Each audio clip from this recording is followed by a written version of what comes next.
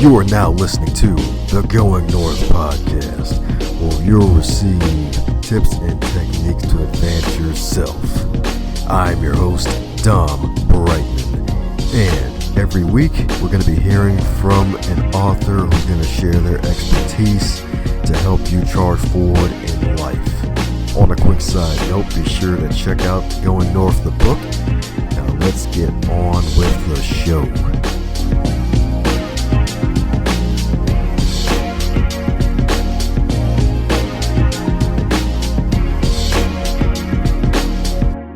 And today on the Going North podcast, we have yet another author, but this one's local for my Maryland listeners. This wonderful author right here is an environmental science student at CCBC in Catonsville, where he serves as one of the writers, artists, and editors of the school's literary magazine and a participant in the Project Sparks program. He's been recognized as an avid volunteer and athlete locally and nationally. And in addition to being a part-time student, he's also employed at the Maryland Department of the Environment as an office clerk with plans of obtaining a career in environmental science after he finishes school. And you're probably wondering, who is this person I got in the podcast today? It's the one and only Nelson Brown. How are you today, sir? I'm really good, Mr. Brightman. I'm so excited. Thank you so much for taking your time out to talk to me. This is unbelievable. Yes, sir. The first of many. And congratulations on your first entry into the business of immortality by writing your book. Thank you very much. I really appreciate all of the love and all of the support that everybody, all my family members, friends, colleagues, and everybody in my life has supported me and everything I've done. Yes, sir, indeed. So I just gave the world a short introduction. Mind filling in the gaps where I may have missed some things and tell us how you got to where you currently are? Well, as you said, I am a student at the Community College of Baltimore County in Catonsville. I'm a part of the literary magazine called Fine Print. I work as an office clerk at the Maryland Department of the Environment, but my ultimate career goal is to obtain a career in environmental science. I'm 19 years old. I'm about to enter into my second year of college. I'm really passionate about, I've always been passionate about, creative writing and art, and I've always been musically inclined. So that's pretty much to sum it up, who I am. Great indeed. Since you're 19, I have to throw out my last question. You're not even 25 yet. That's awesome. Not even 20 yet, and wrote your first book. So what led you to start an early journey in publishing a book before turning 20?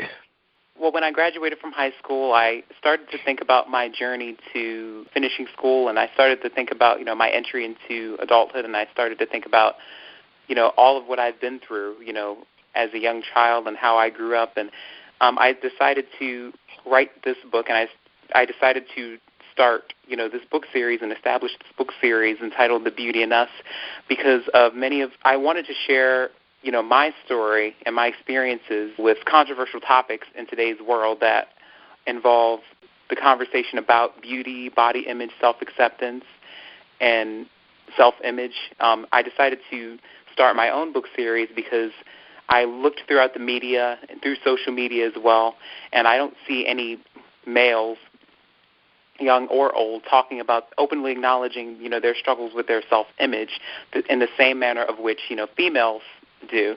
So that's why I decided to start my own book series and, pave my own way and do my own thing because I felt like I was not being acknowledged in or represented in areas I was very passionate about. And all my life I felt underestimated by not just my peers, but, many authority figures in my life too. And I kind of felt like I got the short end of the stick with a lot of opportunities. I felt like, a lot of people didn't give me a chance. A lot of people didn't give themselves a chance or me a chance to, show them who I am. That's very true indeed. Male image is a thing that's not really talked about at all, as you said, and it's kind of true, especially with the male ego. I mean, I remember one preacher saying one time that a man's ego can be crushed pretty easily, and it's To be honest, from my experience as a guy, I can attest to that. To be honest, so it's also actually bringing something new to the table. Yes, absolutely. Yes, sir, indeed. Yeah, I was reading parts of your book, and it mentioned how 1 year in school you went through a whole complete change and lost over 70 pounds. Yes, I did. That was after my freshman year of high school. I spent my entire freshman year, I think I mentioned this in the book, but I was like 236 pounds during my freshman year. I was very reluctant about participating in sports, clubs, activities because I really felt insecure. I was very insecure about, my physical appearance. And in high school, people, a lot of your insecurities start to kick in, in middle school and high school. And there were many moments in my life, and especially during that period of my life, where I felt like, I was ugly. And it's not always about looks. You think about, the way people treat you. You think about the flaws that are pointed out to you and things of that nature, and you think a lot of things are ugly. So that's what I struggled with for a long period of time. But during my sophomore year, while I was transitioning into my sophomore year, and during the entire sophomore year, I decided to adapt to a healthier, lifestyle by, diet and exercise. And I started to, take my time out to learn about, how to stay healthy, how to, eat the right foods, how to get the proper amount of exercise, nutrition. And I ended up losing 70 pounds the next year. And that's when I started to become more active in school and in church. And I started to become more involved, and I started to, break out of my shell, so to speak, in a sense. And I received a lot of praise, from people. A lot of people started to notice me. A lot of people started, to make me the apple of their eye, in a sense. But the ironic part about my whole, struggles, all of my struggles with my, my entire struggle, about my self-image is that, everybody my entire life always say, always told everybody, especially my mom, that, he's so handsome and he's so handsome. But, my peers in school, never looked at me in that way, or at least I don't think they looked at me in that way. Yeah, that's the thing about high school, especially when it comes to dealing with your peers. Funny enough, I was actually in the 200s category like yourself, and I had to lose a lot of weight during the summer as well. So so that's kind of a similarity. It's really true. It's something that we all struggle with. Is like you maybe go to church and some folks that are 2 and 3 generations ahead of you be like, "Oh, that kid looks so handsome," and then you deal with your peers like you don't get the same respect. Kind of like I guess the thing is everybody's trying to focus on themselves and trying to make everybody else feel bad because they're feeling bad for themselves. Especially nowadays with social media, so I'm assuming that's probably the thought process.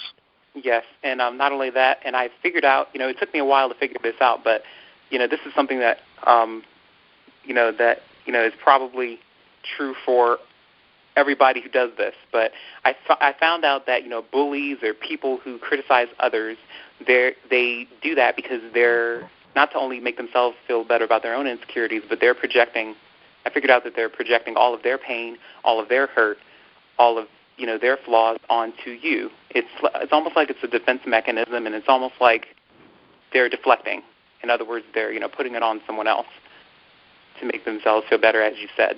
Yeah, it's true indeed. And funny enough, once you get out of high school and then you move on to college, some folks may try and keep that same attitude and it doesn't work out, while those who were, quote-unquote, bullied by those same folks, they end up doing something different, like yourself, writing a book and not waiting until your 20s to actually write. You actually decide to take action and just write that book and then just keep setting yourself up for success, which is really awesome. Yes, that's all true. Yes, indeed. Yes, indeed. Any tips out there for those looking to lose some weight? Because 70 pounds in over a year, that's an amazing thing. Some folks are like, man, I need to lose some weight too. Just let me eat this donut real quick. Yes, losing weight is difficult for everyone. It doesn't matter how old or young you are. It doesn't matter if you're a male or a female. Losing weight is tough. That's pretty much an understatement. Losing weight is hard. sticking to a routine every morning or every evening or whenever you decide to, get fit is hard. My recommendation, and this is what I do, is 30 minutes of aerobic activity and, some type of, some type of diet. Incorporate some food groups into your diet. Say that, especially, with the internet nowadays, you can look up many different diets that you can try. You can look up many different recipes for different foods that, you may like, whether it's pasta, whether it's salad, whether it's, chicken, whether it's fruit, vegetables, or anything. It all depends on what you like and what you do not like. Now, I recommend 30 minutes a day, to maintain a healthy weight and to lose weight. And I was reading, I actually read a book in high school, while I was going through the transition of losing weight and adapting to a healthier lifestyle. I read a book by Julia Michaels. She was a trainer on The Biggest Loser. She's the author of many different, fitness books. And, she has many fitness DVDs and that, talk about, she lives, fitness. She talks about fitness. She's all about fitness. And I decided to, read a book called Unlimited. And that book definitely, it gives you a lot of tools and techniques to incorporate into your own life. Not just about, losing weight and adapting to a healthier lifestyle, but she talks about how you can enhance your self-image, how you can become more confident in your abilities, and how you can put everything that, you plan to do on paper and how you can, take the next step in order to get whatever you need to get accomplished. And in addition to that book, I also read a book by, one of my favorite, girl groups, Little Mix. And I read about many of their struggles that they had about, being in the spotlight and about, embracing their insecurities, in front of, their fans and the people they loved. And one member of the group that, did, stick out to me the most, one that was unique the most was Jessie Nelson. And, when the group first came out, they came out in 2012. They were on the X Factor. They got signed to Simon Cowell's record label. And, she received, because, she was the curvier girl in the group, she received a lot of flack from a lot of, users on social media about her appearance and about her size.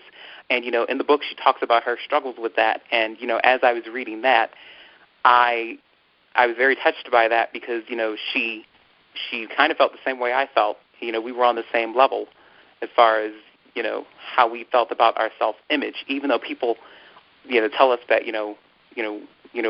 people say that she's gorgeous, people say I'm handsome, we were on the same level as far as, how we felt about ourselves. And, none of the other girls in the groups, got criticized for the way they looked like she did. So I was able to, identify with her in the book. And it was a really good book. Both of the books were very good books. Yes, sir, indeed. Julie Michaels especially loved that woman. Hopefully she'll be on this podcast one of these days. But it's kind of amazing, though. I mean, didn't know that Little Mix actually had a book out, and I didn't know Simon Cowell actually had a record label. Wow. Go figure. So when it comes to male image, with you being really the first one ever that I know of anyway to speak about male image, any advice for those guys out there who may be going through that internal struggle of really just finding their inner confidence and just letting it radiate outwards? Any advice you want to give to those guys who may be a little shy or ashamed to admit some of their image concerns? What I can say to those guys, whoever's struggling with this, some of them may be my age, some of them may be younger, some of them may be older. It all boils down to not being afraid to be yourself in the eyes of other people. The price of being yourself, and being yourself means that you have to be comfortable with everyone not liking you. You have to be comfortable with having haters.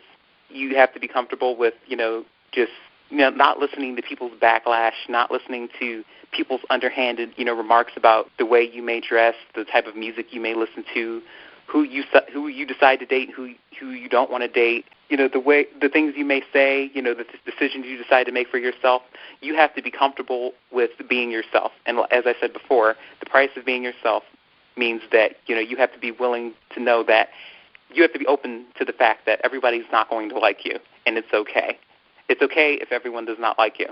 In all honesty, confidence is sexy, on a guy. It's sexy on a girl too, but it's definitely sexy on a guy. Very true, very true. Yes, indeed. Confident woman is one of the best things ever. One of the best things ever. Oh, man. Very true indeed. But what I can say on the flip side is that, you don't want to go overboard and become arrogant, because there's a huge difference between a confident person and an arrogant person. I've witnessed both. And a confident person is someone who likes to uplift others, someone who everyone loves to be around, someone who's funny, someone who takes things in stride, someone who doesn't stress about everything, and someone who's someone who is actually willing to, to assert themselves, when they need to. Whereas, an arrogant person is someone who's usually obnoxious, somebody who, people don't like to be around, and that person's usually disliked by a lot of other people. And on top of that, an arrogant person is usually a person who is the most insecure, and that's where arrogance is rooted. And they try so hard the arrogant person tries so hard to convince the world and to convince others that they're great. And whereas a confident person just does it naturally. Yes, indeed. Natural confidence, baby, just like a tree planted in the rivers of water. Very true indeed. And they don't want to be arrogant, too, because that shows folks usually don't like to be around arrogant people. Heck, I'm pretty sure arrogant people don't like to be around other arrogant people. Right. And it's very nasty energy. Being around an arrogant person, it's nasty energy. And it funks up everybody's space. You know what I mean? Yeah, very true indeed. It's kind of like everybody being out in humidity for hours on end and being all hot and sticky and smelly. Right. I mean, that's an arrogant person's attitude. And also, in order to boost your self-confidence, I would also say that, you should be around more positive people instead of negative people. And naysayers, negative people, they usually like to complain or whine about things that they cannot control, and they're usually very critical of other people. They're usually perfectionists. And it's just like it's very, very hard to deal with a negative person, a person that, doesn't see. It's very tiring when a person wants to be sad and mad at the world and at everybody. And at some point, you try to help that person. You try to boost their confidence, but after a while, you have to say, listen, I don't have time for this, bro. Life is too short. It's too short for me, and I have to move on, Very true indeed. And that was probably one of the main takeaways I got from your book is to choose your circle of influence wisely. Yes, and it's almost like, everybody can find something to be happy about, and it's not you don't owe your happiness to anyone, and I figured that out too. And it's not your responsibility as a happy person to make an unhappy person happy. Yes, indeed. Yes, that unhappy person has to, find something to be happy about. And, and if you're around somebody, and if that person is, like, sucking you dry of your happiness, get away, stay away. I would tell people to, get out of that, because misery loves company. That's right. Misery loves company, and soon, once they suck you in long enough, they'll incorporate you into their company. It'll be Misery, Inc. That's right, and then they'll battle Monsters, Inc. for the title of Disney sponsorship. Well, all righty. Any advice for those who are looking to write and publish their own book? Because it's really daring to write a book before you're 20, and not only that, to actually juggle college classes and work all at the same time, and to be able to get it out and publish it. So any advice you want to give to those who want to publish a book but they have a crazy schedule? Well, I would say that you definitely want to take some time out to gather your ideas before you decide to write anything. And you have to decide on what type of book you want to write. If it wants to be fiction, if it wants to be nonfiction, if it wants to be mystery, whether it wants to be a thriller, or whether you want to write a memoir like I wrote one. You have to think about your characters in the book. You have to, and if you do that, you have to, think about whether or not these characters resemble real-life people. In my case, I wrote a memoir because I wanted to share my experiences, with my struggles with my self-image to people, and I allowed myself to be vulnerable. I allowed myself to, show my innocence as I grew up in the book, as I was growing up in the book, I allowed people to see my vulnerability and see how innocent I was, and how that, even though I appeared as though I was, great on the outside, I had a lot of things there were a lot of things that I did internalize. And I would say that, if you want to write a book, if it's a fiction book, I would say that, you can use your real-life experiences into a fiction book. And a lot of people wonder where creative people get their inspiration. And I figured out that, it's all around you. It's about your experience.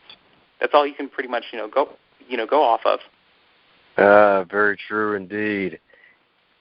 And I noticed you did protect some of the folks, or at least didn't use any names in the memoir, which is probably good for their sakes.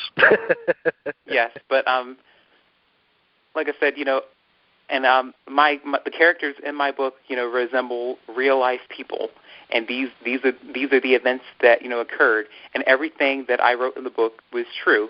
I have my funny moments, but I also have my very vulnerable moments in the book.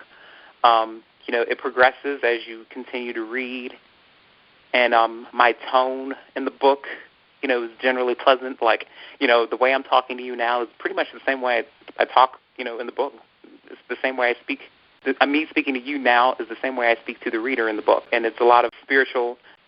I talk about my spiritual growth earlier on in the book as well, and I talk about how me having God in my life was really beneficial for me during the good times and during the bad times, and that's what I'm doing now.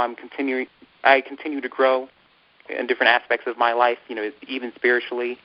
I figured out that God is the reason why I'm here. He gave me a purpose. He put me on this earth for a reason. I continue to pray. I continue to go to church. I continue to learn new things every day that I did not learn before. I know that I'm only 19 years old, but I do know that I'm going to go through a lot more struggles in the future, and having God in my life definitely helps me through that struggle. Even though a situation may look bad now, it will all turn out for the greater good in the end. There you go. And I was reading the book, and I think I got to around chapter 5 and mentioned your loved one. Who was that in particular? Well, my loved one it's a person. She is a person that has always supported me. She's a person that when I talk about her experience, I talk about her health scare in my book, and I talk about how that had an impact on me, at the age of 7, before I turned 8. I talked about how like her, how like her condition affected me, because we had a very close relationship growing up. We still have a close relationship. We went to movies. I went to church with her. I met a lot of her friends. I met her pastor. So, just like, my mom's coworkers and friends, they've watched me grow. She's watched me grow, and so have her friends and her colleagues as well. And, she loves to, brag, about, me a lot to, her people. And I talk about how, even though she did have a health scare, and even though, she did go through that experience, I decided to share that in the book because I feel like, everybody has a loved one or someone that they do love. And it doesn't have to necessarily be a family member. It could be a friend, a colleague. It could be any type of relationship. And how, how you can feel in a certain moment of time, and how, you have to, in a sense, adapt to their lifestyle, what they choose to do. And the person that I do talk about, in that chapter, I don't think she was taking care of herself, and I still don't think she takes care of herself like I feel as though she needs to or is supposed to. And I say that, I cannot worry about, the things that I can't control. I can't stress about the fact that, she decides to, do whatever she wants. All I can continue to do is pray for her and, hope for the best, and, her experience, dealing with, what she was going through, she has to want to change, for herself. And I have to be okay with, the fact that, it's not going to happen unless she wants it to happen. Beautiful indeed. You got to always take care of yourself and Remember those who always had a positive experience or a positive effect on you, especially early in life. So if you were to go back in time and you were 13 years old in the current year of 2018, but you kept all of your knowledge and experience, and heck, and you can even consider yourself a published author at the age of 13, what advice would you give to yourself? At the age of 13, if I were 13 in 2018 right now, I would say don't worry about what people think. Don't be concerned with how people perceive you, because you know who you are. And if people don't know you personally, don't take what they say personally if it's negative. Continue to grow in every aspect of your life. And, the people, and we're talking about 13 years old, so, if you're in middle school, I would say, and that's like 8th grade, 13, that's like 8th grade, I would say that, the people who talk about you now, you're not going to remember, like, years from now, especially when you're 19 years old. Woohoo! Very true indeed. Very true indeed. Yeah, because middle high school is kind of like the weed. You get the munchies for success and changing your life, and then you change your life, and then you forget about whatever the heck happened before you got the munchies. Right. So, don't worry about, being the star of the basketball team at 13 years old. And for girls, don't think about, being the head cheerleader. Don't think about, what she's saying about you. Don't think about, what the school bullies are saying, to you. Don't worry about any of them, because years from now, you're not going to remember them. And when you are successful, when you're the millionaire or billionaire or any type of nair, they're going to say, I shouldn't have made fun of that, kid. Woohoo! Well, there you go. There you go. So all those folks want to keep in touch with you and keep up with what you're doing, how do we reach out to you? Well, they can visit my Amazon author page. Since I'm a new author, I'm still, trying to set that up. They can visit my Amazon profile, and they can write, their reviews, what they think about my book and how it, influenced them in some way, shape, or form. Or they can just shoot me an email directly at brownnelsone@gmail.com and let me know what they think, if they have any questions, concerns, or about anything they're doing. And I would also like to say that on September 15th at the Randallstown Library, I will be hosting a book talk. So whoever is able to attend can attend, and they can ask me whatever they want about the book or me. They can meet me. I can sign their book, and we can just chat and have a conversation. And I will also be hosting another book talk at the Woodlawn Library as well, doing the exact same thing. Woohoo! Well, there you have it, folks. Go on ahead and head over to that magical Amazon.com and pick up some copies of Nelson's book. And if you're in the Woodlawn of Randallstown area, go on ahead and head over to that book sign in, chat with the author himself, and get some knowledge, some encouragement, get some questions answered, and all that magical goodness. Thanks a bunch for your listening ears on the Going North podcast. I hope you really, really enjoyed that episode. If you enjoyed the episode, be sure to share it with your friends and family, especially those who love podcasts and love listening to some inspiration and motivation. And keep a lookout for the sequel to Going North, Tips and Techniques to Advance Yourself in October 2018. If you'd like to connect with me directly, feel free to shoot me an email at dombraidman@gmail.com.